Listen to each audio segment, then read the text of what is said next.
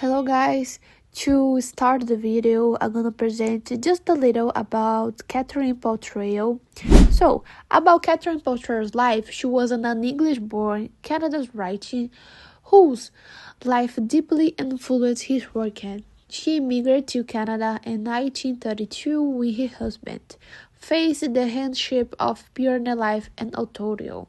This experience shaped his writing, especially his detailed descriptions of nature, plant, and daily survival and witness. Her background as a literary family, she was the sister of Susanna Moody, also forced her passion for writing. Trill's work can combine a practical advice for settlers with a strong naturalist perspective, making her a key figure in documenting early Canada life and landscape. And for finish the topic about her life, we can identify some principal points. First, when she born in 1902, went to an educated family. Immigration, when she moved to Canada in 1932, is something really important in her life. Publication, the publication of Backroad of Canada in 1936, and her legacy. His last years are dedicated to writing and legacy. Hello everyone, my name is Ryan, and in this part of our presentation, I'll be talking about the main themes in Catherine Parr Traill's writings and some of her most notable works, especially The Backwoods of Canada, which is considered her masterpiece. Let's start with the themes. Catherine's works deeply reflect her experiences as a settler in 19th century Canada. One of the central themes is nature and environment. She often described the Canadian wilderness with admiration and scientific curiosity, highlighting the beauty of its flora and fauna. Another important theme is pioneer life, where she portrays the struggles and resilience of early settlers adapting to a harsh and unfamiliar environment. Closely related to that, we have survival and adaptation. Trail's books often included practical advice for farming, cooking, and daily life, showing how people could make the most of what they had. She also wrote about education and moral instruction, especially in her children's books, which often carried modern lessons.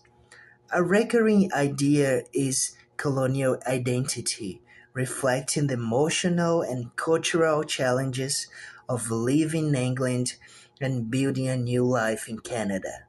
And finally, she gave a unique women's perspective, portraying women as strong and active participants in colonial society, something quite progressive for her time. Now, her first and most famous book is The Backwoods of Canada, published in 1836. This is a semi-autobiographical collection of letters describing her early years in Canada. Another important work is Canadian Crusoes from 1852, which is known as the first Canadian children's adventure novel. It mixes themes of survival with moral education. And The Female Immigrant's Guide, published in 1864, serves as a practical handbook for women who were immigrating to Canada, full of tips and guidance for adapting to pioneer life. Finally, let's focus on a bit more on the backwoods of Canada. This book truly represents trail literally and personal legacy. Written in letter form, it gives vivid, first-hand account of the daily challenges faced by settlers, as well as her fascination with Canadian nature. Through her writing, we can see her optimism, her adaptability, and her deep respect for the land and its people. Because of that, the Backwoods of Canada is considered not only her masterpiece, but also a foundational text of early Canadian literature, especially from a woman's colonial perspective. In summary, Catherine Portrayal's works stand out for their realistic depictions of pioneer life, their environmental sensitivity, and their contribution to the formation of Canadian literary identity. Thank you. So, moving to our next topic, the contributions from Catherine for a significant impact in Canadian botany. So, first of all, we should know that when she moved to Canada, she started to become very curious about the fields, the flora, and the various species of plants that were present in that region. Okay, so Catherine Porter started to do identification and description of native plants.